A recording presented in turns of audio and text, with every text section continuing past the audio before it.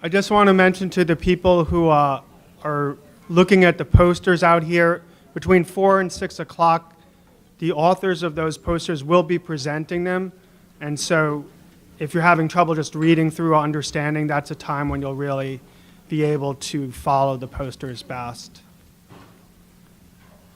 So now the next session that we're going to have, we have entitled the Deac Talks. This is where we have people from the university, both the medical school and at the Reynolda campus, as well as people from the community, presenting really what should be 12-minute talks with 3 minutes of questions. And then after that, there'll be a 15-minute session where you can ask questions to all the speakers for that session. But before we start, I have another honor here in presenting to you, introducing the Provost of Wake Forest University, Dr. Kirsch. Thanks, Danny. And what an exhilarating 2 days this is. I have a goddaughter who's a junior at Wake Forest, who I see probably a little more often than she'd like. I imagine my role to be parental, and so her mother lives far, far away. And I encouraged her to go to some piece of yesterday. I send her things to go to and never hear back. She may go, she may not. But she wrote me last night the most beautiful, enthusiastic text, of course. Lots of abbreviations and emoticons, but it was, I'm going to figure out a way, I don't know this yet, but some young person has the technology to save it and send it to Christina and Danny and other organizers because it was lovely. She's 19 years old and said it's the best thing she's done at Wake Forest. Yesterday evening, alas, while you all were enjoying J.L. Shansky, I was at a community event that I'm part of a thought force I'm part of on poverty, and one of our frequent attendees and most spirited members of the Winston-Salem community, let me say. She is known to many of you here. I will not say her name. She was here yesterday morning but is not here now. And hardly a week goes by when I don't hear from her, and I love her dearly, and she tells me basically what's going wrong at Wake Forest and how we're not connecting the community as we should and how I should get this right and that right. It's, every university I've been at, there's those wonderful, engaged community members, and she came marching up to me as this community event started, and I thought, oh boy, and steeled myself, and she said, I just want to tell you, which is how she begins everything, what an amazing day I had yesterday, or today. She'd seen Liz Lehrman's talk in the morning, and the one after that, she'd stayed for the morning and into the afternoon. And she said, finally, you've done something that's worth talking about.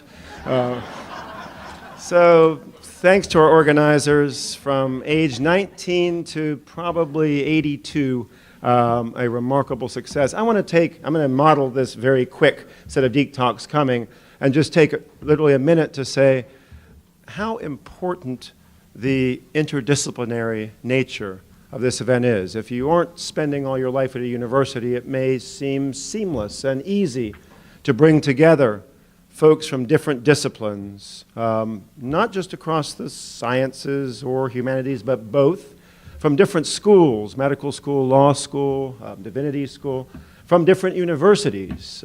We often lament how in this university-rich triad, we rarely see our colleagues from UNCG, Winston-Salem State, just across town, Salem College and the like. Everybody's here. And that is difficult to do in universities. We tend to burrow deep into our individual academic disciplines, into our schools, both within Wake Forest and then across wherever we happen to be teaching and doing research and creative work. And this represents the single most interdisciplinary event I've been part of since coming back to Wake as provost nearly 4 years ago. And that is a remarkable achievement. Indeed.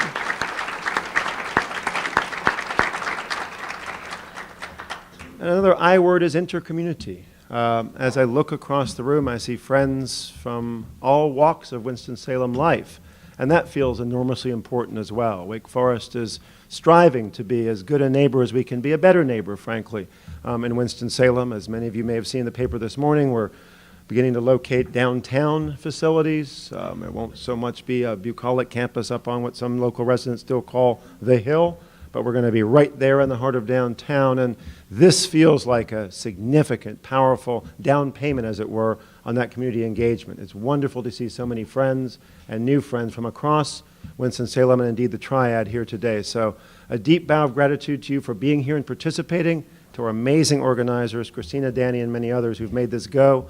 On behalf of the university, I know the president was here as well, but we are so thrilled this is happening. And as you hear this next round of talks, you're again going to hear from all parts of the world of higher education and indeed the community. And keep in mind what a rare jewel that is. We want to do more of it, and your presence and engagement makes that possible. Thanks. And I get to say next that Christina Hugenschmidt will take us forward into what is about to happen.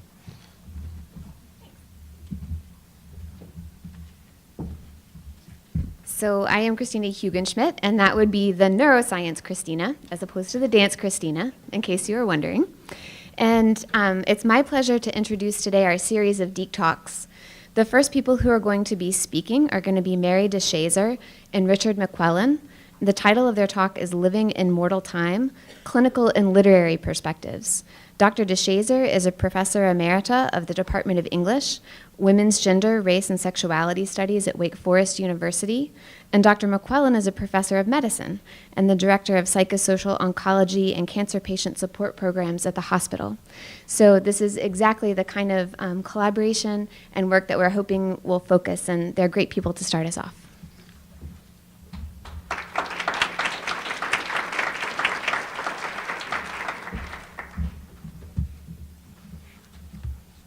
Thank you, Rogan and Christina, for introducing us. We're very happy to be here today. I met Richard McQuillan, actually. Yeah, sorry. Can you hear me now? No. Okay.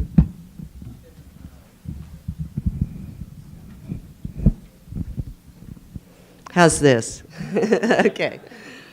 I met Richard McQuillan 3 years ago at another interdisciplinary conference sponsored by the Wake Forest Humanities Center, the Medical Center, and some other units at the university, a conference on narrative medicine. And at that time, we had a very stimulating conversation about our mutual interest in medical humanities and compassionate caregiving. And that conversation turned into a series of collaborations. We began meeting regularly to talk about introducing to Wake Forest campus an interdisciplinary course that eventually was entitled Reading Illness Narratives that we taught in the spring of 2014. And that was a very exciting venture that involved students from bioethics, literature, pre-medical students, graduate students in education and English, and really was an extremely enlightening experience in which I learned far more than I taught. Me too. Just very briefly, Mary might not say this, but she's been recruited to volunteer with our program now, so it's a wonderful to have her on Wednesdays because she has an ear for listening carefully and responding very thoughtfully. So we have a wonderful collaboration that has bared fruit, good fruit, born good fruit, including my wonderful colleague who's now a volunteer, and she's not missing her volunteer day today. It's Wednesday afternoon. We hope to never see you in the Cancer Center, by the way, with only to visit. Thanks. So I'm going to begin the presentation with a discussion of my research and teaching on mortality and meaning in contemporary women's autothanatography. Sorry, I stand corrected. Autothanatography is another word for life writing about dying, and life writing is a term that encompasses women's, men's too, but I focus on women's writing as a gender studies scholar, that encompasses autobiography, memoir, photography, all forms of representation that are personal, and they can be published or not published, although of course I tend to concentrate on published writing as a scholar. In her academic study, Mirror Talk, Susanna Egan asked the very provocative questions, how do people who are terminally ill think autobiographically? And a parallel set of questions for me include, how can readers best bear ethical witness to stories of the dying? How do we learn to approach these narratives with empathy and identification rather than with voyeurism, horror, or detachment? And what new knowledge do these literary works offer us? When I was writing my books on this subject, Fractured Borders and Mammographies, I found a lot of keywords and concepts helpful, so I thought I'd share a few of those with you briefly here. The idea of bodies, mourning, and witness.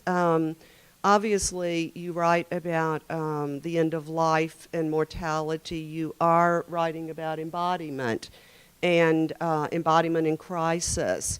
There's grief work involved in that representation and in the kind of soul searching that's necessary to do this sort of writing, I believe. And you're looking overtly or indirectly for people to bear witness as readers. And of course, it's an act of faith, a leap of faith, kind of like teaching, because you don't know if people are going to find the messages and reflections and revelations, often of a very deeply personal nature, that you share, whether they're going to take those to heart and what kind of reaction they're going to have.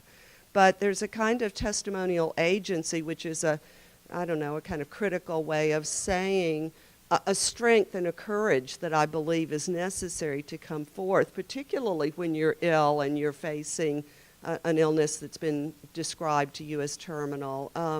How do you find the voice in that part of life? And yet many, many people do. Some scholars in this field believe that there's an implicit reader-writer contract that you engage in as such an autobiographer, that you just believe that there will be the possibility of touching someone in the deepest parts of themselves, and therefore that there can be a kind of communication that is enriching to you, and it's part of your legacy for the future, I think, if you're a writer of autothanatography. And the writers I've studied reckon with their mortality, or what Richard McQuillan calls mortal time, which we'll hear more about in a moment, in a number of different ways, but I've chosen to talk a little bit about humor, spirituality, serenity, and outrage. Not all people who confront aging are old, and so the first group that I'm going to briefly touch on of autothanatographers ages 30 through 45 include Ruth Picardi, Miriam Engelberg, and Stephanie Byram, and I'm just going to very briefly say something about each of them. Ruth Picardi was a British journalist known for her raw humor and heartbreaking honesty in the face of breast cancer. She was a columnist for The Guardian, and her book, Before I Say Goodbye, is a hybrid memoir composed of her Guardian columns, letters from her readers, emails to and from friends, and journal entries. And she begins it by saying, you're 32, overweight, but still you've got a husband who has all of his own hair. Your 1-year-old twins are sleeping through the night, and you might be interviewing George Clooney next week. But guess what?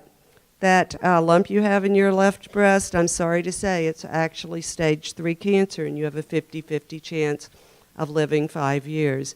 And the memoir goes on, and sadly she becomes ill with a brain metastasis, and she says, what hurts most is losing the future.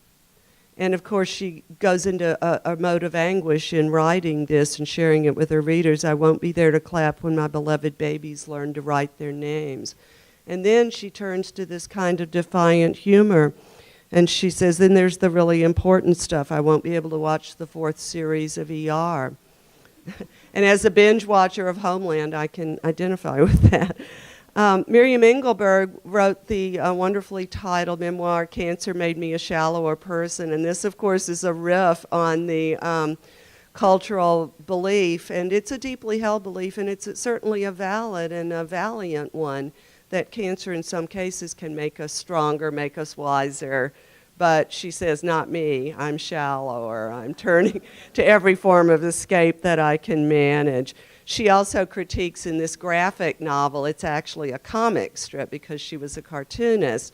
She was 45 when she died, and she said, she talks about patient blaming and how we all tend to think, well, that person was overweight or that person didn't eat the right things. And she said, I caused this by eating too much cheese. I should never have relaxed and enjoyed my life.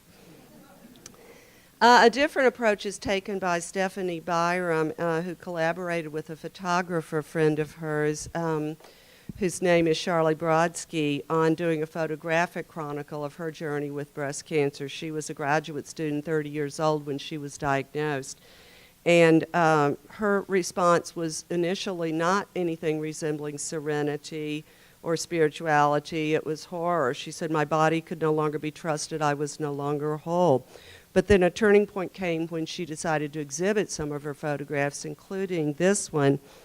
And I apologize for not having this on a slide. It's on the cover of my book, and it was of her torso post-mastectomy. And it's entitled Venus. And she said, after having Venus displayed in an art gallery and looking at it, she realized that although I'm missing some pieces, I no longer feel disfigured. And when her cancer recurred some years later, she realized that her Buddhist faith would help her. And she says, I'm moving into the unfamiliar, struggling for a sense of balance. The other group of memoirs I wanted very briefly to talk about are older women in their 60s when they were diagnosed, and their works of autothanatography are a little bit different, I think. They are concerned about the cultural invisibility of older women, forced retirement from satisfying professional careers, family legacies. One of these writers, Elizabeth Bryan, was a British pediatrician, and she wrote what is sometimes called a BRCA memoir, a memoir about genetically influenced cancers, because her family members, a number of them died of ovarian and breast cancer related to the BRCA genetic mutation. And as a physician, she was really concerned about whether to have prophylactic surgeries, a topic we're hearing a lot about these days, and also how to tell her younger family members that they are at risk, and when to do so, at what stages of their lives. Ironically, this is a person who, after writing this really beautiful memoir about her family, not about herself, was contracted pancreatic cancer, and she died shortly thereafter. But before she did that, she did finish her memoir, and before she did that, she hosted her own memorial service, an idea that I really like. So I'm a party person. I want to be there. And finally, Susan Gubar, who some of you may know because she writes columns for the New York Times, and she says, rubbing a reader's nose in repugnant bodily disorder strikes me as a revolting and perverse act, but I want to attain veracity. And in Memoir of a Debulked Woman, she talks about the very gruesome aspects of her body that were challenged with her struggle with ovarian cancer. So I never seem to have answers, only questions, but these are some of the questions that I continue to work with in my research, and also personally as somebody who, now has reached retirement age myself. Why are so many women today chronicling their experience of cancer, and especially late-stage cancer, in testimonial and memorial projects?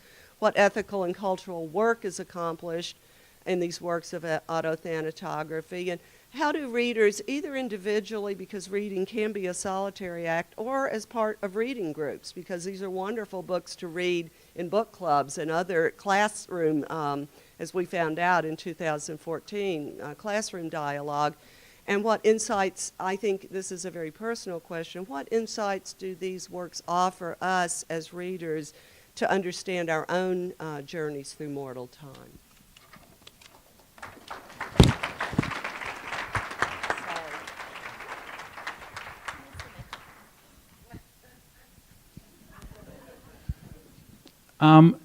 In the interest of time, I'll be moving quite rapidly through this. I just want to make one point, that all of us have scripts about endings. And none of those scripts become real until you are literally facing the ending. And you may have heard yourselves or colleagues or friends say, we all have to go sometime. That remark is maybe cocktail party remark, elevator talk, but when you're in the cancer land zone, it's a very serious issue. Thank goodness people have a sense of humor. Now, the experience of human beings confronting the prospect of death is what we refer to as mortal time, acute awareness of one's own mortality. This has been discussed for many years. This is a slide from 1450. Ars Moriendi, The Art of a Good Death. Irvin Yalom has a wonderful book called Staring at the Sun. Looking at mortality is a little bit like staring at the sun, which is a very hard thing to do. You can only take it small doses. Considering mortality is just the same thing. Erickson has psychosocial stages where he teaches us about healthy aging, and indeed considering one's own death at age 65, or I know no one here is 65 yet, but even an earlier age is okay to consider and think about death and dying. I will hold these stories about what we consider to be useful endings and not so useful endings from Louise and Betty till later on. There is hope for a good ending, and one of my favorite patients gave me this. It's a funny New Yorker cartoon, isn't it? Don't freak out, it's a save the date card. My colleague, my valued colleague, Mary DeShazer, through her talk, wove humor. And it's only with a sense of humor that one can walk closely to death without being enveloped by it, without being fried. So this was from a patient who herself had just gotten news that her cancer had metastasized to her brain. She had high health literacy. She knew that that was her ending, so to speak. I'm happy to say she's doing quite well now. It's important to walk towards mortality, to engage it with a sense of humor and reality. Thank you for your attention.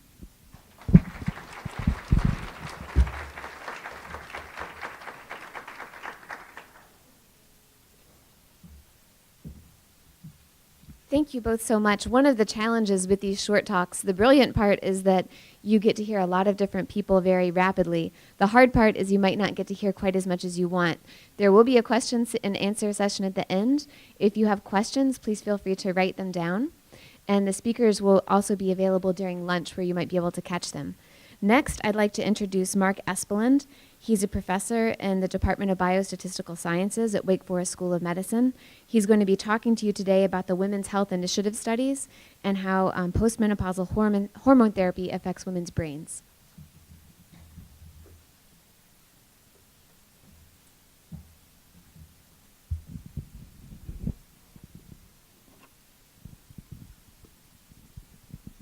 Well, thank you so much. I really appreciate and I'm honored to be here in part of this program. I enjoyed yesterday just so much, such wonderful speakers. Let's see here.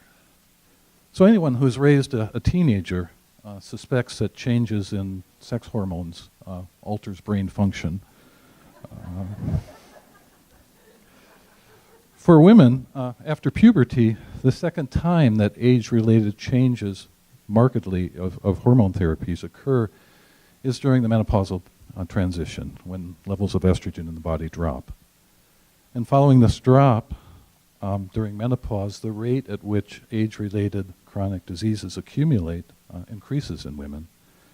It's been hypothesized that perhaps estrogen has something to do with this. And we heard some of this about this with Dr. Olshansky yesterday, suspecting that the accumulation of age-related diseases following the menopause has got to do something with the drop in estrogen.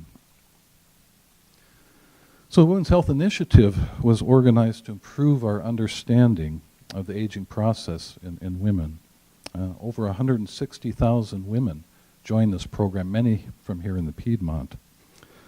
These were largely volunteers, and included in the program were several large clinical trials to look at promising interventions designed to perhaps slow down aging and the accumulation of chronic diseases. One of these involved using hormone therapy to increase the levels of estrogen in women following menopause. Wake Forest coordinated the part of this study that was involved with looking at the impact of hormone therapy on cognition and whether or not it might decrease women's risk of dementias and other sorts of Alzheimer's, and Alzheimer's disease and other sorts of dementia. Over 7,400 women, again many from the Piedmont, volunteered to participate in this program. It involved annual cognitive assessments, tests to challenge women's memory and mental processing. These were initially conducted in clinics and later by telephone. Half these women had been assigned to hormone therapy and half had been assigned to placebo.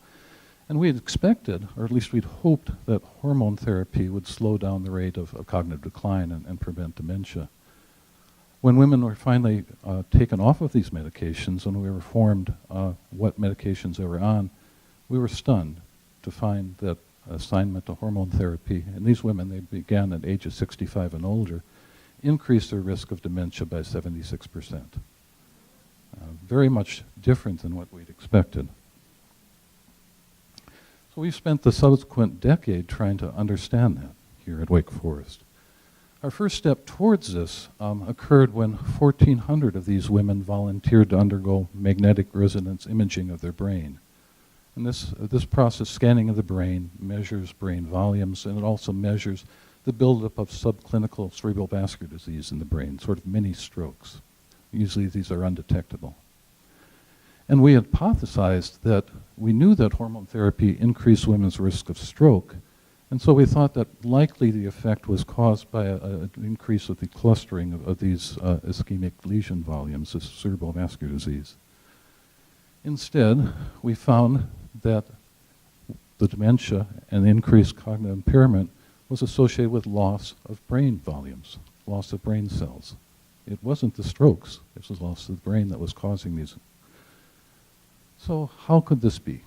Our next evidence came from a large study that was done in France, and what it showed was that women in the community that had higher levels of estrogen than other women, for whatever reason, and had diabetes were at markedly increased risk of dementia. So how does hormone therapy cause the loss of brain matter? Well, there's been, the brain uses about 20% of the total energy of the body.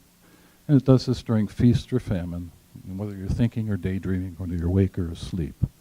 And the brain does much to maintain this stream of energy in the brain. Its primary source of fuel is glucose, blood sugar. But if this fails or is unsteady, it has backup sources that it, sort of like backup generators that it uses. And these primarily are molecules called ketones. Oops. So what we found, we went back and looked at the women that were prescribed hormone therapy when they had diabetes. And what diabetes does is it makes the energy from glucose be sort of unreliable and unstable. And so the body naturally transitions and the brain transitions to using backup energy sources. What we found was that the women that had diabetes when they were prescribed the hormone therapy, these were the women that were most sensitive to the loss of brain tissue and most sensitive to the increases in dementia. And so what we're thinking is what estrogen does in the brain. One of my co-authors, Roberto Diaz-Brinton, has termed estrogen as the master regulator of brain energy mechanism. And what estrogen does in the brain is promotes the use of glucose, but in doing so it also decreases the ability to use ketones and secondary energy sources. And so you get this natural tension in the brain. And the brain, when these older women are given hormone therapy, isn't getting the energy it needs, and that leads to loss of brain tissue. So it's a natural question. Hormone therapy is prescribed to women at younger ages than what I've talked about in this study for the treatment of menopausal symptoms, and it remains a recommended therapy for that. So is it safe for younger women's brains? And we are fortunate to have, among the Women's Health Initiative cohort, a volunteer group of about 2,300 women who agreed to undergo cognitive testing. And these were women that had been given hormone therapy in their early 50s. much nearer to the time of menopause. And what we found was that there was no lingering effect on cognitive function in these women that were prescribed hormone therapy at the time of their menopause. And there's been a couple of other studies that have corroborated this as well. So we feel like hormone therapy is safe for women's brains when it's prescribed for treating menopausal symptoms, but it's not safe if it's prescribed later on. So what can we do towards maintaining our overall cognitive health? Well, the Women's Health Initiative has given us a lot of information on that. And what we've found so far in the field is that there's no one thing that seems to work, but that potentially there's many things in concert that can be used to maintain health, maintain your cognitive health. And one is in middle age, try and keep yourself healthy. Prevent these chronic diseases from building up: hypertension, depression, cardiovascular disease. Adopt a healthy lifestyle. This is just common sense. Try and maintain your physical function. Try and eat a healthy diet that might help you later on in life. For younger folks, what we've found is getting a high level of college education or getting some early training appears to build up a reserve in your brain that might be able to protect you later in life from age-related loss of brain matter. And finally, take care of the environment. If you live in a healthy neighborhood, if you live in an area with lower ozone levels, if you live in a neighborhood with lower pollution levels, you're less likely to end up with dementia and loss of brain tissue. Mm-hmm. So at the time the Women's Health Initiative was organized, one of the leading prescription drugs in the country for women was Premarin and Premarin products. At that point, it was estimated about 11% of the market share of Premarin was for women aged 75 and older, much distance from menopause. And it's presumed that this was being prescribed for preventing or attempting to prevent chronic diseases. Through the Women's Health Initiative and the volunteerism of the women that were involved, now every bottle of Premarin says, do not use estrogen to prevent dementia. And also using estrogens may increase your chance of getting dementia based on a study of women 65 years and older. So the Women's Health Initiative is continuing. There's still nearly 100,000 women involved now. And it's moved into really a study of aging in these women and trying to identify factors that are associated with longer longevity. Many of these women are in their 80s and 90s, and the first centenarians in the cohort have now evolved. These women are being followed every year. We've got funding through 2020 to continue to follow these women. And we're continuing to assess their cognitive function and looking for strategies that might maintain their cognitive health. Now, Wake Forest and the School of Medicine has identified Alzheimer's disease as a priority for its research, and it's making substantial investments in that. And these investments have been going on for a long period of time, but it looks like they'll be sustained for some period. One of the programs involved with the medical center is the Alzheimer's Disease Prevention Program. And it's organized to try and better inform us about the transition from normal aging to some impairment to dementia, and try and identify ways that this might be ameliorated and treated. I put this slide up here. There's a website that you can visit. There's opportunities to engage with research if you'd like. There's also a lot of information up there about Alzheimer's disease. So I'll welcome any questions at this point, or should I wait? Okay. One question.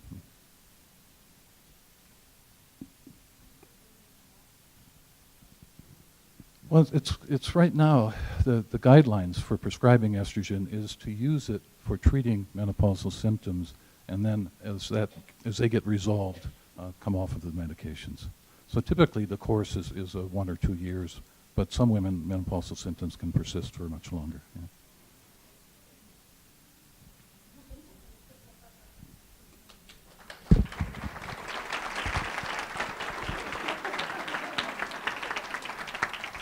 Thank you, Mark. And like Mark was saying, there is information on the web about some of the research he was talking about. There's also a table out for during the interaction time where there's more information about the research going on at our aging center. Next, it's my pleasure to introduce some important members of our community, Lee Covington and Melissa Smith, who are from Senior Services, and they're going to talk with you for the next 12 minutes about aging with purpose and programs that are going on right now at Senior Services to support that.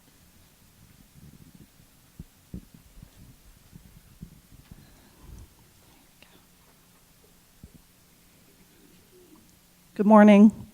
We are so grateful and honored to be given the opportunity to tell you about our new program called Aging with Purpose. Within 12 minutes, we're going to cover a lot. We're going to let you know a little bit about who we are, what the aging statistics look like in Forsyth County, and what we're doing. What is Aging with Purpose? First of all, Senior Services is a private nonprofit agency serving seniors in Forsyth County. We have 2,200 volunteers, 115 staff, 65 board members, a whopping 3,700 donors, and we serve 1,550 elder care partners in the community. We have 7 programs: Williams Adult Day Center, Helpline, Meals on Wheels, home care, group lunches, living at home, and we operate under a $6 million annual budget, and our mission is to help our elderly live with dignity. We have 2 locations. One's right around the corner. You may have come by it on the way here. It's at 2895 Shore Fair Drive. And the other is our Williams Adult Day Center located at 231 Melrose Street, right down the street from Baptist Hospital. So I'm going to take a few minutes to try to paint a picture of aging in Forsyth County. And we've titled this, "The Handwriting is on the Wall," because it is, as you'll see. Every day, 10,000 people, baby boomers, are turning 65 across the U.S. And that's a trend that will continue until the year 2030. Forsyth County, as you might imagine, is part of that. By the year 2030, our age group of 60 plus will increase a whopping 124%, yielding more than 100,000 people in that age bracket. This next chart breaks that down even further by age category, and you'll see that the greatest percentage increase really comes in those tiers, age 75 to 84 and age 85 plus. It's important to note where people are living. 64% live with family. About 3% live in group quarters or institutional settings. But 30% live alone. And of those, 74% are women. Poverty is a major concern. We hear a lot about that. In Forsyth County, we estimate more than 3,000 adults age 65 and over are living below the federal poverty level. Occurring with that is lack of access to transportation. Over 3,000 households in Forsyth County who have a person age 65 and older living there do not have access to a vehicle. And further compounding this is food insecurity. We've heard a lot about it with children. It also impacts seniors. North Carolina ranks 9th in the U.S. for food insecurity for people 60 and older at just under 8%. So a conservative estimate in Forsyth County is more than 11,000 people age 60 and older experience food insecurity on a regular basis. So compared to their food-secure peers, they're much more likely to have major health concerns and need assistance with activities of daily living such as eating, bathing, and dressing. All of these things impact the lives of elders in our community and strip away their simple pleasures one at a time. I'm going to turn it over to Melissa for a quick example. Great. So we're going to, if you could humor us for about a minute and a half. Everybody take a piece of paper and a pen at your table and quickly write down 5 or 6 simple pleasures in your life. Things that you enjoy, but you have to be able to share these with somebody at your table, so be careful. Gardening, here's some good examples. Gardening, music, your morning coffee, your children, your grandchildren. So quickly write down 5 or 6 of these. We'll give you about 20 more seconds.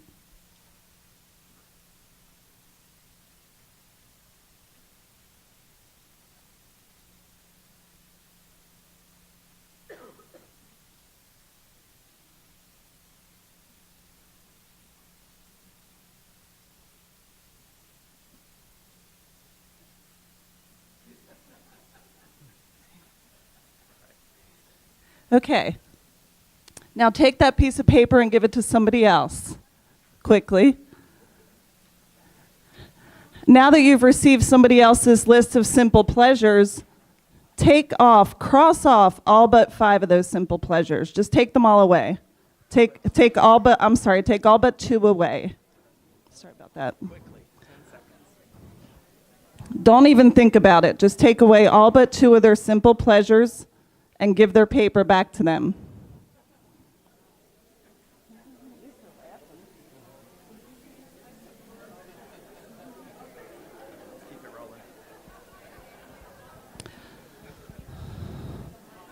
So once you've gotten your paper back, everybody should have their simple pleasures back. There are only 2 left. How does that make you feel? Very sad, very resentful, very angry.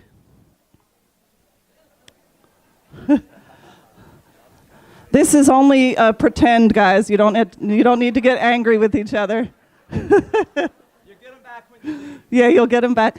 So we wanted to do this exercise to really demonstrate what happens sometimes when we age. A lot of our elders, for various reasons, are stripped of their simple pleasures. It could be due to the traditional model of care, somebody's safety concerns. Think about grandmom can't keep her cat anymore because the doctor said she was a fall risk. She's had her cat for 10 years.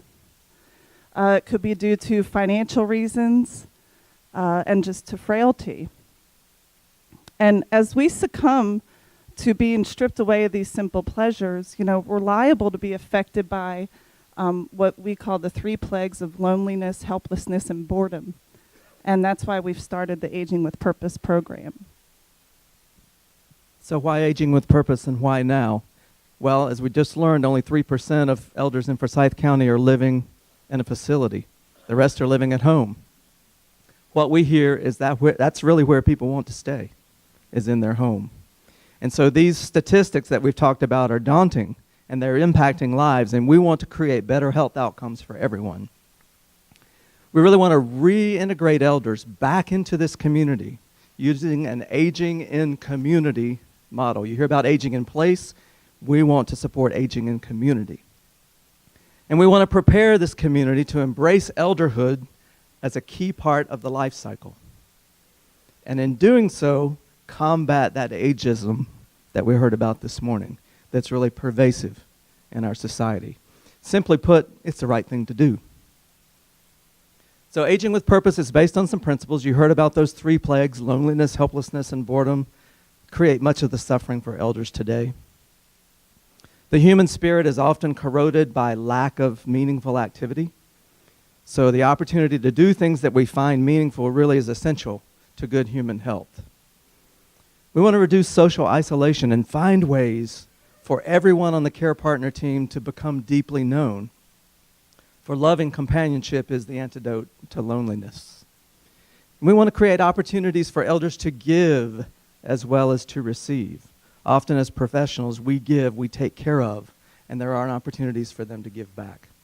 And really focus on a person-centered approach around caring for the whole person, including physical, mental, emotional, spiritual, every need that they may have. So we've started a pilot. We're in the first phase, and we've begun to do some life stories or living histories. This gives us an opportunity to really glean who they are. It doesn't focus on their deficits. It's about their gifts and who makes them who they are. We're looking at creating opportunities to build relationships and to build on existing relationships in an effort to reduce social isolation. And discover opportunities for meaningful activity, again, based on what is meaningful to each individual person. That chance to give as well as to receive. And throughout this process, we're measuring outcomes that you're going to hear a little bit more about and the impact of each thing that we do. So how are we gathering these living histories, or the stories? We're using a program called Living History, which is a licensed story gathering program that's typically used in hospital or long-term care settings. And it's used to improve patient satisfaction and build rapport. We're the first community-based organization to utilize this program. And it's an open-ended, structured interview that Lee touched on. This really helps us glean out who they are, and it doesn't focus on their deficits. We're actually asking them what matters to them, what makes them tick, what are their gifts, what are their abilities, what do they still want to do, what are their goals. And pictured here is an elder care partner who receives Meals on Wheels. When we interviewed him, he was very lonely, very isolated. He's in a lot of pain. And we offered him the opportunity to volunteer. We have a program called our Telephone Reassurance Program. He's a retired minister, and now he's making telephone calls to other homebound elders.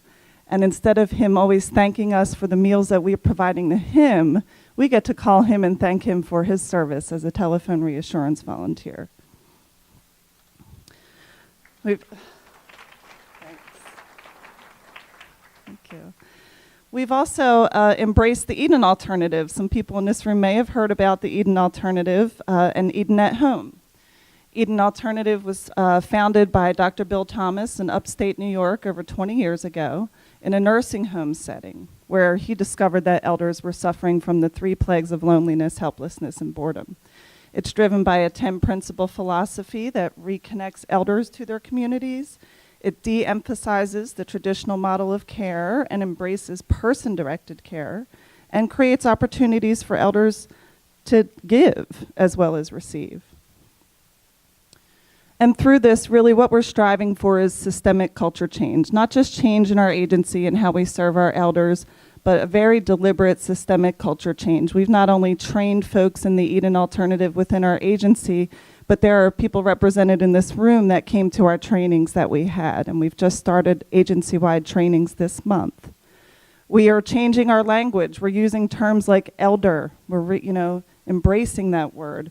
Elderhood is a key part of the life cycle. We're not just employees, we're all care partner teams. And the folks that we serve are our elder care partners. We're all becoming well known to each other, and we've embraced a new definition of care, which is to help another to grow. And we're helping our elders to grow as we serve them. So in summary, we have Eden trained staff and volunteers. We're collecting living histories. We have validated outcome measures where we're measuring quality of life, depression, healthcare utilization, etc.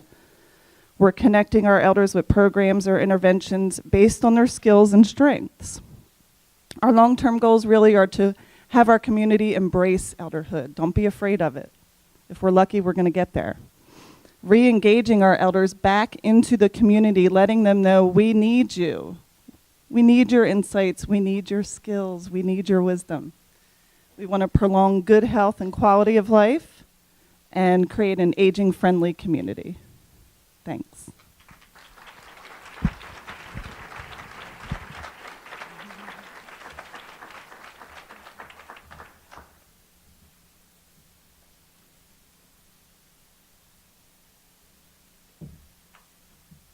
Thank you all so much. That was lovely. We also are, it's my privilege to next introduce Carol Roan, and she's going to give a talk called We Can All Sing. I'd like to say one more thing about this. So the part of this multidisciplinary symposium was meant to engage people across different disciplines, but you may have noticed that we're also trying to engage between the community and the academic environment, which we feel don't always exchange information in this way.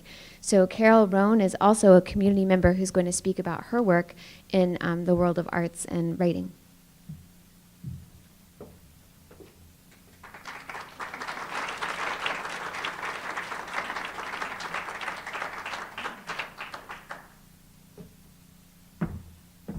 Yes, I also think I'm here because I'm 84, so that's what I'm representing as well.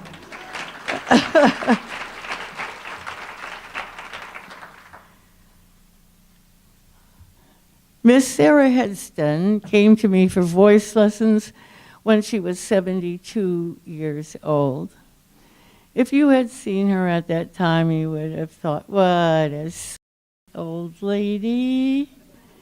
She was white-haired, a devout churchgoer, a retired social worker, and a cancer survivor. But she said bad experiences in elementary school had squelched something in her that needed to come out. She'd been told that she couldn't match pitch, but she dearly wanted to sing, and she'd heard that I could teach anybody to sing. Well, teaching is what I put down on forms, but that's not really what I do. What I do is to pull out the weeds of ridiculous ideas that we have about singing that keeps us back from singing.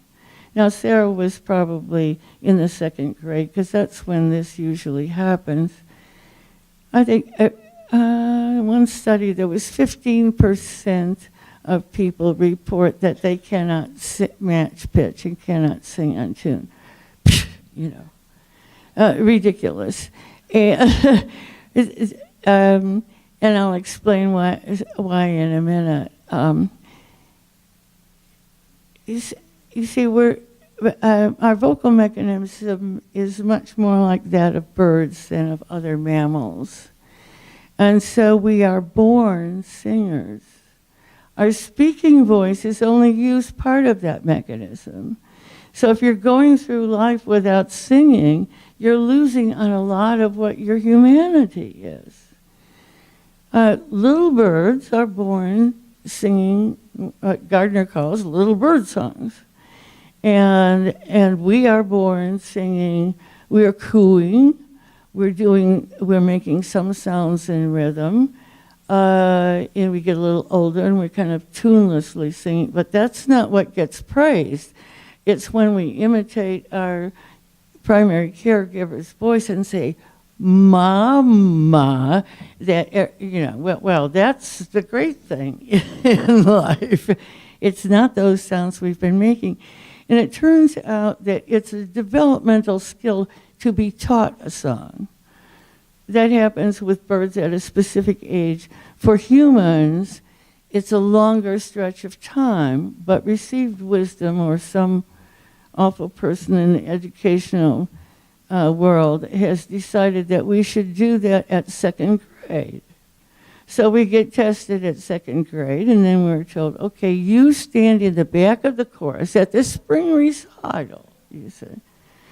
And then the rest of our lives, we're not only deprived of the joy of singing, but we deprive ourselves of a lot of music, and we know how important that is to the brain. You'll see that tonight in that film. But it's also that, you know, we have this deficit. There's something wrong with us. It kind of lies buried all the time. So we took care of the pitch, you know, quite quickly. But then Sarah decided that she was a little bit bored with the hymns that we had started out with, and what she was really interested in was Gershwin and Ellington, songs from the 30s and the 40s. What surprised me a great deal was that when I looked back at my records a few weeks ago, it only took 2 years for Sarah to turn into an entertainer. She bought a red sequined outfit, and she sang programs at nursing homes around town at age 74. Smith Hageman was an entrepreneur here in Winston-Salem. He founded and built a company. And when he retired, he turned all of that energy to golf, and he became senior, don't know golf, senior champion of the Carolinas, North Carolina and South Carolina. Smith was the champion. But then when he got into his 80s, his body began to deteriorate. He was in a great deal of pain in the hospital, in rehab, and in depression. His daughter told me recently that she didn't know what Smith would have done in his later years if he hadn't found writing. That's what he found. He sat down at 86 and wrote his first adventure novel. And then he set out to teach himself the craft, well, to learn the craft, and to research absolutely every fact in that book. I will tell you that it is possible to survive above the Arctic Circle in a certain period of year because Smith found the expert on Arctic flora and fauna who was teaching just up in Boone. And I came to know him because he came to one of my workshops. And then he asked me to edit the book. And I tell you, we have them for sale down on at the 4 o'clock, down on the table down there. And it's a terrific read. My Army colonel's son bought a copy on my recommendation and wrote me a whole paragraph of how skillful and intelligent Smith was as a writer. When he left this earth at 91, he had had 2 books published by an independent press and was at work on his 3rd. Cheryl Davis retired as a therapist from the children's home. She said, I knew there was something more in me. I just didn't know what it was. So she tried poetry for a few years, and then she took a few painting lessons, and that was it. More art classes, and an Arts Council grant, and her work is now hung in national juried shows in just 2.5 years. We have a couple of her paintings downstairs too. There's something that Sarah said wanted to come out. There's something that Cheryl said she needed to find. And the word finding that Smith's daughter used about his writing. This is the creative spirit. And I believe that creativity is next only to survival as an urge, a need, a drive. I don't know, sometimes I call it the soul. But every culture and every civilization that has had enough resources to survive, enough food, enough water and shelter, has left behind evidence of their creativity, whether that's in the form of tools that they made, or whether it's the decoration on their cooking pots.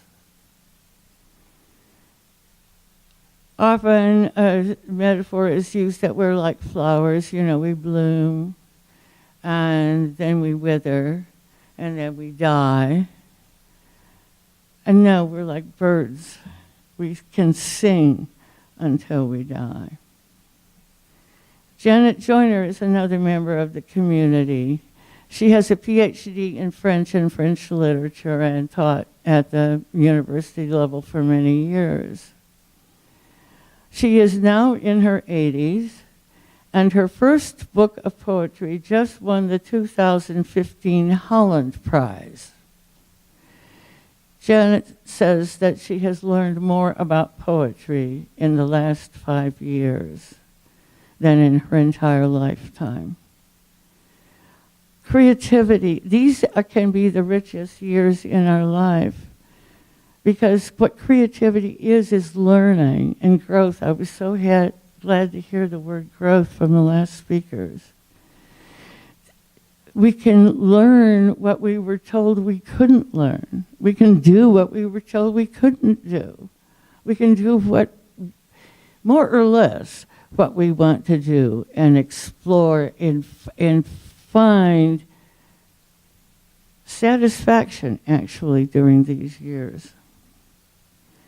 I have another friend, Fyodor Pitcairn, who was the president and CEO of the Pitcairn Finance Group. This is in Pennsylvania.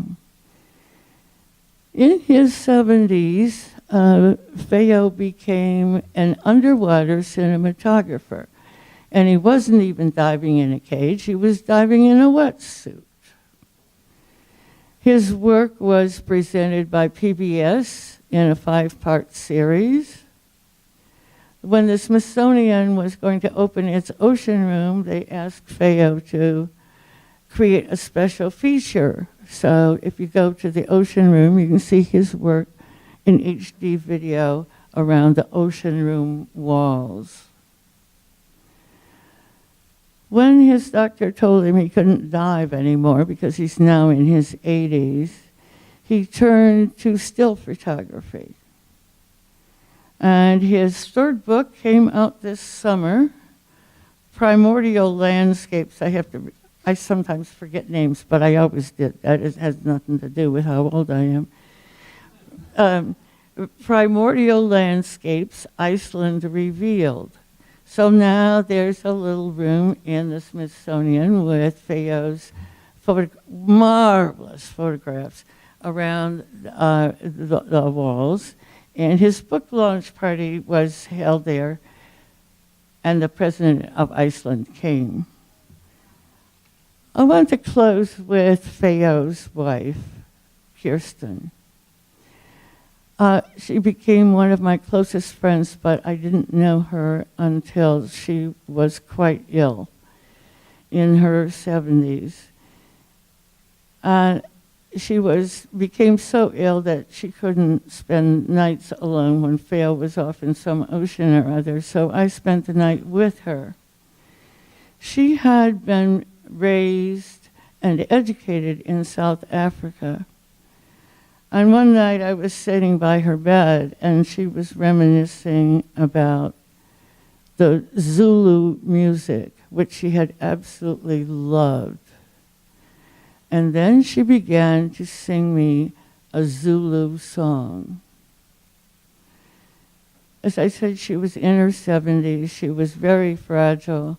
Her speaking voice was weak and raspy. But when she sang in Zulu to me, it was one of the most glorious voices I have ever heard. Strong. It was the voice of the 22-year-old woman that she had been, that was still inside her. Thank you.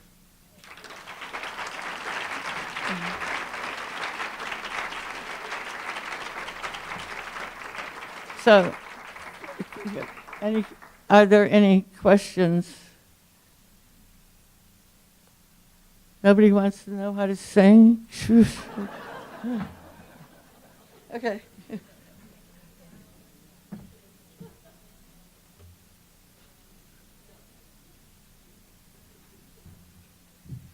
Thank you, Carol. We have one more speaker that I'll introduce, and then we'll have the question and answer session.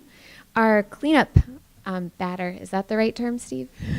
Sports analogy, is Steve Krachevsky. He's the head of the Pepper Center and the Stick Center on Aging at Wake Forest School of Medicine, and he's going to give a talk on entitled, "Is There a Pill That Can Delay Aging?"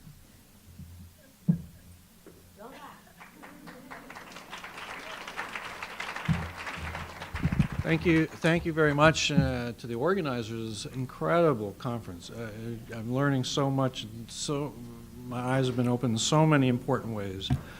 But I'm pleased to be able to share some of the work that I'm working on right now, which is trying to determine whether there might be a pill that can be delay aging. And I want to make one thing clear. I'm not saying make you live longer.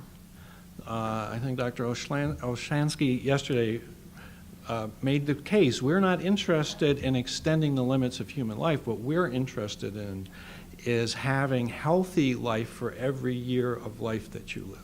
as healthy a life as possible, not as long a life as possible.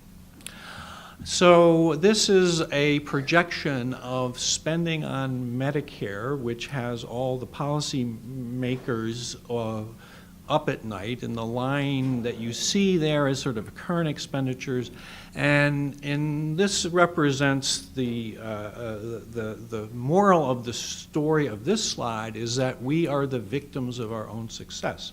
We have been incredibly successful over the last 100 years of reducing early mortality in childhood, in women of childbearing age through the midlife. And the consequence of that is a historically high proportion of our population that is older. And if their disease experience continues the way it has in the past, the math suggests that these are the outlays that Medicare would have to have over the next, I think there's a 50-year or even longer projection to keep up with that, and essentially is doubling the contribution of doubling the proportion of our gross national product, our domestic product, that goes to healthcare for elders than now. So this is a challenge that we're taking on in society at many levels. Those of us sort of in the medical community sort of see, and the biology community sees this as part of the premise of a solution. So this represents the age incidence lines of many different, or the age mortality lines for many different diseases. And if you look at the y-axis, you'll see it's a logarithmic scale, which means that most of the diseases that affect us increase as a power function with age. Not linearly, they don't go up one a year, it goes up times a year. So, for example, someone with heart, the chances of dying from heart disease are 1,000 times greater in an older person than a younger person. So very important, and you'll see how many of them go up. So this has led to, we are coming from a paradigm which is we can delay specific diseases through attacking specific risk factors for those diseases. And this is a one disease at a time strategy. This is how our current this is how NIH, our major funder, is set up. It's set up in institutes having to do with individual organs primarily. This is how the Food and Drug Administration approaches the drug approval process. They approve one drug for one mechanism for one outcome. But we think that this slide suggests there is a common mechanism to most of the diseases that people face with old age, and that is an aging process. So we suggest there's a better approach, that if we can delay aging by targeting the molecular processes of aging, we'll be able to delay multiple age-related diseases simultaneously. If we solve one disease problem, we're just switching one problem for another, because they're all going up exponentially with age. So if we can prevent you from getting heart disease, that makes you at risk for all the other things on that slide. We would like to have a coordinated strategy that addresses them all simultaneously. Okay, this is a quiz part of the game, the show. What do yeast, nematodes, which are tiny little worms, fruit flies, and mice have in common? Well, what they have in common is that these are workhorses of research models to identify the molecular pathways that relate to aging. And this goes through a process. You can either identify long-lived individuals of these kinds of species, or even look at different species at different lifespans. And then, and I make this sound easy, this is decades worth of work to then tease out the underlying biologic differences between the long-lived worm and the short-lived worm, or the long-lived mouse and the short-lived mouse, to identify what's different in the cells that explains that difference in how long they live. And then with, again, another decades-long process is to identify molecules that could turn into drugs someday that target those pathways. And finally, you assess, if we give a mouse this compound, does it make the mouse live longer? And most importantly, does it increase the health span of the mouse? So mice accumulate disease with age just like humans do, and they can use this technique to see how fast those are occurring and see if the health span of the mouse is extended. So the National Institute on Aging, which is one of the National Institutes of Health, runs something called the Interventions Testing Program, where scientists from all over the world can nominate drugs to try in very large model mouse experiments that are done in outbred mouse in 2 different locations simultaneously, in male and female mice, because their life histories are different, just as they are for men and women.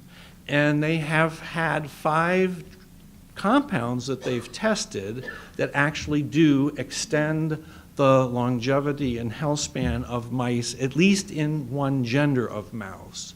Aspirin, has anyone heard of that? Yes. So remarkably, that is associated with gain in life expectancy, particularly in male mice. Acarbose is a drug that's used to treat diabetes, has shown some promise. I'm not going to tell you what NDGA is because I can't. It's a really long chemical name, but it also has some longevity benefits in males. 17-alpha estradiol, which is not what the Women and Women Health Initiative got, but a related compound. And the current leader in the Derby is a drug called rapamycin, which is actually used as a anti-rejection drug and immune modulator for transplant patients. And it has led to impressive gains in lifespan and health span in both male and female mice. Some things that haven't worked, simvastatin, which is one of the statin drugs for people used to lower their cholesterol. A lot of press about something called resveratrol, which at least in the mice doesn't work. So there are some promising candidates, and at least 3 of the on this list are already FDA approved.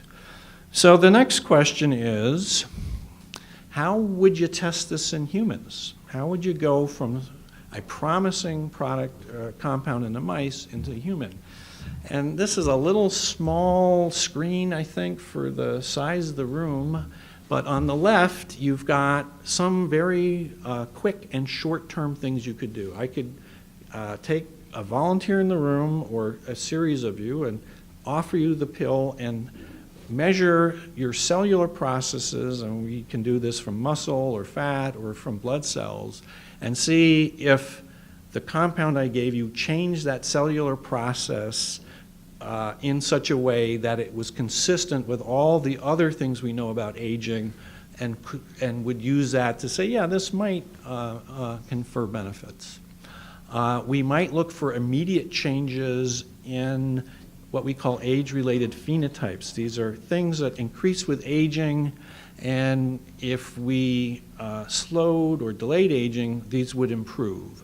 And this might be something like your gait speed or your strength. We could look for the change in the rate with which you develop certain age-related diseases like cancer, heart disease, or Alzheimer's. We could look to the mortality rate of a group of people. We could give a drug to thousands of people and see what happens to them. And finally, look to see what total lifespan is. Now, the problem with these strategies is the closer you get to your goal, the more expensive it is. And we certainly can't do what we do in mice. In mice, they start giving them these compounds at about 12 months of age. That's the equivalent of giving it to a 40-year-old human and then following them for the rest of their lives. That's never going to happen. It's not going to happen for practical reasons, and it's not going to happen for ethical reasons. There's another problem with that, which is the regulatory interest. The FDA, especially for drugs addressing a thing for the first time aren't really interested in things like strength or walking ability. They're really disease-focused. And so they're only interested in improving drugs, certainly for new mechanisms, that can be shown to affect or prevent or treat a disease. FDA does not consider aging a disease. I don't think anyone in this room should, but they are not very impressed by drugs that address the many common complaints that older people have, and this is a problem.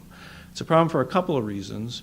One is that means no one's to develop drugs where you can't get them approved. That's the major one. And so we were part of a team, and Mark Esplin and Nir Barzilai and I, and many others, including Dr. Olshansky, met with the FDA about a year ago to argue for an approval process that would allow a pill that affected many disease outcomes, not just one, to be approved and licensed in the United States. And they were very sympathetic to that. And so we proposed this study called Targeting Aging with Metformin. Metformin is an anti-diabetic drug or given people with diabetes. It's been used for over 60 years. It's generic, very inexpensive. And most importantly, there's data, at least in people with diabetes, for a multiplicity of effects that suggest it may indeed have an effect on the underlying process of aging. It's associated with prevention of cardiovascular disease, cancer. People who take it have lower total mortality than people with diabetes who are taking other drugs. We really don't know about cognition and dementia yet, but there's very little studies on that. I'm not going to really go through this, but what we're planning and trying to get funded right now is a study to involve 3,000 older people, 65 to 79 years of age, who are at risk for age-related diseases or may have already had one. And then they'd be in a study for about 4 years, and we'll count and see what happens. And if our premise is right, that metformin does affect the underlying aging process, then what we would predict to see, if we're correct, is that the rate of accumulation of new age-related health conditions and diseases would be slower in the group getting the metformin compared to the group that was getting a placebo. So this is what we're looking for, the fountain of youth. Do I think metformin is the drug? It's promising. I'm sure there will be better compounds out there, but no one's going to look for them unless there is a path blazed that allows investors, quick side comment, about $300 million a year from federal money going to aging research. If the amount of investment capital that could go to this, if there was a pathway for it, would probably be 10 times that. So the whole field is sort of being retarded because the people who have the deep pockets have no interest in aging because they don't see a path for any return in investment. Thank you.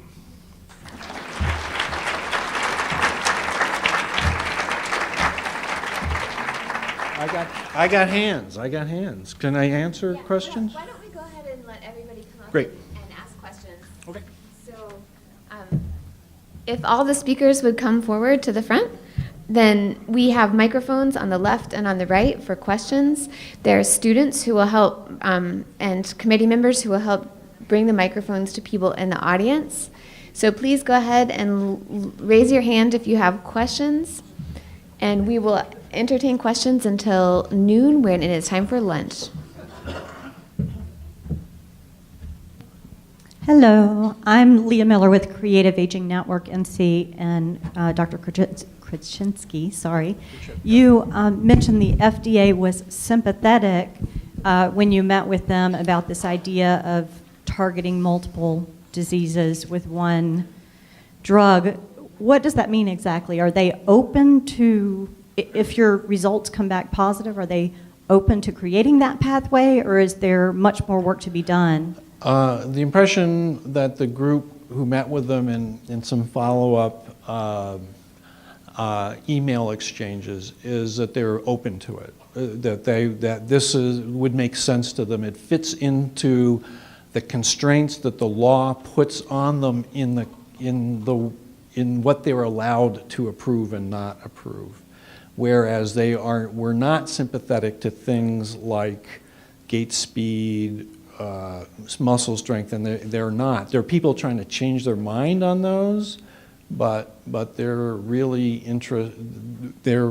they are built to look at disease, not to function as the outcome of interest.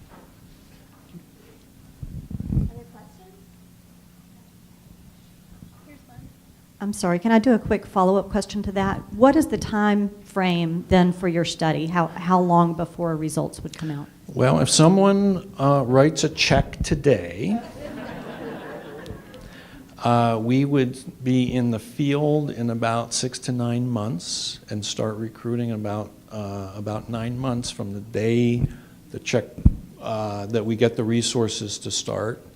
And so we'd be done with the study in 2022, roughly. So there's a woman behind you first. Did you say you were going to start the study on metformin? Is there a start time? No, we are looking to get this supported. So we're looking for the support from the National Institute on Aging. We have a proposal pending with them, and also with the support of the American Federation for Aging Research. They're actually looking for people to pay, for people with interest in both aging and big bank accounts to directly fund the study. So. Do you think the problem is the lobbyists? Because this always comes to dollars and cents with the gait speed. I mean, what seems to be blocking? Well, when we visited the FDA, they quoted their statutory, what the law mandates that they consider back to us. So things like strength, per se, is not a disease, and it's not a health condition. It's a physiologic state. What can we do as citizens? Well, you can certainly write our congressional delegations to say this is very important to older adults, and also to make your voice heard to the FDA, saying being very weak or very slow is something very important to our well-being and our quality of life, and that is something they are interested in improving drugs for, and that would be a path forward for that. Could I just say that North Carolina... well, I can probably yell through the whole thing. But I can just say that our North Carolina Senator, Tom Tillis, sits on the Council on Aging, or the Committee on Aging in the Senate. And he's got a really smart staffer named Matt Flynn that I've been complaining to, because the drug that keeps me alive, I was supposed to be dead at 65, and the drug that keeps me alive went up 13-fold last year. So I'm talking to Matt Flynn. But our man sits on the Committee on Aging, so.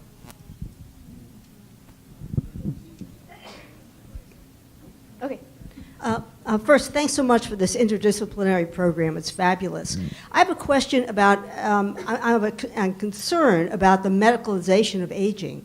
And I wonder if it's possible to, and maybe it takes rewriting the statute, so that the NIH can talk about promoting health and promoting cellular health or resiliency or something. Because once you start to target aging as the risk factor, what we see now in terms of anti-aging drugs and potions and lotions is going to increase exponentially. And the chances of having a society that welcomes and encourages people of all ages is going to be decimated if anti-aging is considered a medical reality. So, and I speak as someone who's worked in the gay rights movement and the feminist movement, And once those things were, once being feminine was considered weakness, once gay was being considered pathological, the chances of having equal rights were really slow. So could you speak to that? And I'd love to hear from some of the other speakers on that. Volunteers? Do you want to go, Lee? I have just a quick comment. I think one of the things that we're trying to do with Aging with Purpose is find ways to touch medical issues and concerns with non-medical interventions. And so we're hoping to begin to do that. And as quality of life and sense of meaning and purpose improves, we hope that general and overall health will improve. So I take your point. I think it's a very important one. And I think what the goal, you call it the medicalization of aging. I think of it slightly different, which is to disassociate as much as we can age from disease. Because right now those are, in most people's mind, conflated. Think of an older person, and if you put it that way, or think of an older adult, they think of somebody who might be on a walker or something. We need to find ways to break that connection so that the positive side of aging isn't, the negative side isn't the first thing in the stereotype that everyone thinks about. And so I think addressing this from a biologic standpoint, I think is sort of neutral with respect to that goal. That would help, because if we can break that connection between aging and disease, then people won't make that connection. It won't be as salient to them. So I see this as, the topic is extremely interesting and manifold, but that's sort of the way I see it. So. I think also, for as long as I've been alive, you have life and you have death, and it's always been a separate issue. You're either living or you're dead. And I think in some other cultures, dying is a part of life. And I think if we could ever change our paradigm to think about dying as a part of life, then we might think about living as long as we live, which would also help us think in ways to make it more possible to improve our quality of life and not separate those things as if they are mutually exclusive. Did either of you all have something you'd like to say about that? It's a very wise comment. And the point I started out with was that we all have scripts about our living and dying. And as a denizen of Cancerland, our work takes us very close to patients who have to think about this. There's an age appropriateness about thinking about mortality. If your 7-year-old comes up and says, listen, Dad, I want to talk about an advanced directive, that would be unusual. But if a 60-year-old does that, or it's appropriate. So part of the work in the Cancer Center involves helping people make choices about what can be possible. There are some very, very bad deaths that we can have. And working in an ICU, there may be some nursing or medical staff here, or people who've been there with your family members, there can be some very bad deaths. Erik Erikson suggests that wisdom is a part of aging, and that part of that wisdom would be encountering mortality in a way that opens one's eyes. It helps to open one's eyes toward dying, but it doesn't assure a good death. Generally is labor out. Labor in, labor out. But the likelihood of a ars moriendi, the art of dying a good death, increases with eyes wide open. Just this week I was called to talk with a woman who was told that her chemotherapy was not working and that it had moved very quickly. I know going in that her median survival is about 6 months. The patient decided that she didn't want to know about her life expectancy, told the clinician, but when we talked a little bit longer about that, it became, she knew, she had a sense of it, but it takes time. These things can't be done in 15-minute consults. I appreciate your wisdom with regard to living and dying and weaving that into the culture. There's a lot of work to do, and you've heard some wonderful examples of how that's being done here today.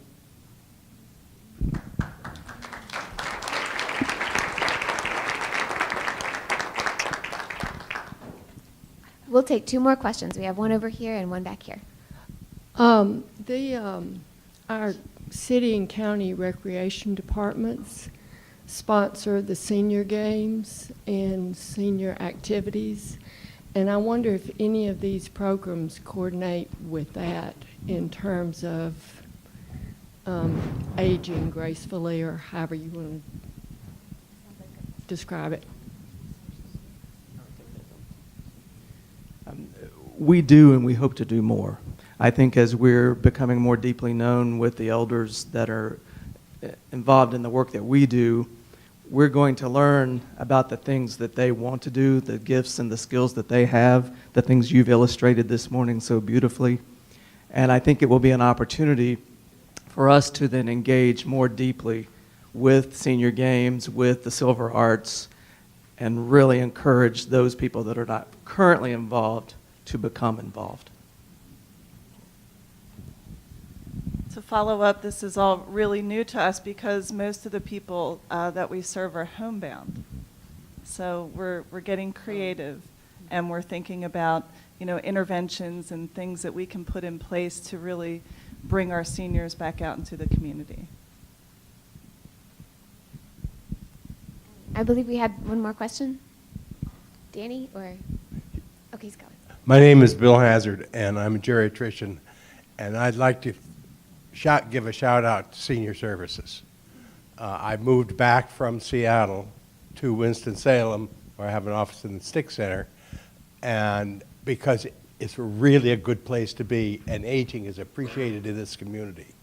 By contrast, I was on the board of Senior Services in Seattle, and that was an organization that nobody basically wanted to admit existed, because it was for the poor people it was a federal program for the poor people of Seattle, and it received no community support that I could identify. Here, Senior Services is a community program, and you're reaching out and expanding even more is a testimony to the breadth of your vision, and I want to salute you for that. Thank you. I've got a funny story if you want to end it that way, but I don't care if you don't. So I'd like to say one thing first.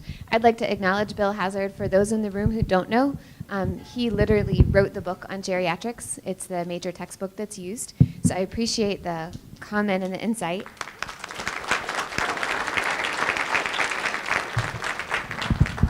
Two quick housekeeping notes, and then I'm going to let Carol Roan close this out. So the 2 quick housekeeping notes are that the next thing on the agenda is lunch. It is set up on either end here. You may definitely eat at your tables, and also feel free to explore some of the tables and opportunities to learn more out in the interaction area. The other thing is, please keep in mind that we have these areas where you can write questions, comments, thoughts, anything you have to say on these large pieces of paper. There are markers at both ends. It sounds like the dialogue that's starting here is really interesting, and it's hard to be able to hear everything we'd like to hear from the number of people that are thinking about this. So on that, I just told Christine if she wanted to end with a funny story. I had one. I used to teach a writing class, actually for several years, up in the Living Well, which is the senior center in Rural Hall. And so at one point, I urged them to enter the Silver Arts, which is part of the Silver Games. Well, they did, but then they heard that there was a cheerleading contest, too. So I don't teach there anymore, you know. These women, and Hortense was the oldest. She was 85 when they formed this. And so they've got this cheerleading group, and they're so heavily booked around the area that they don't have time to write. So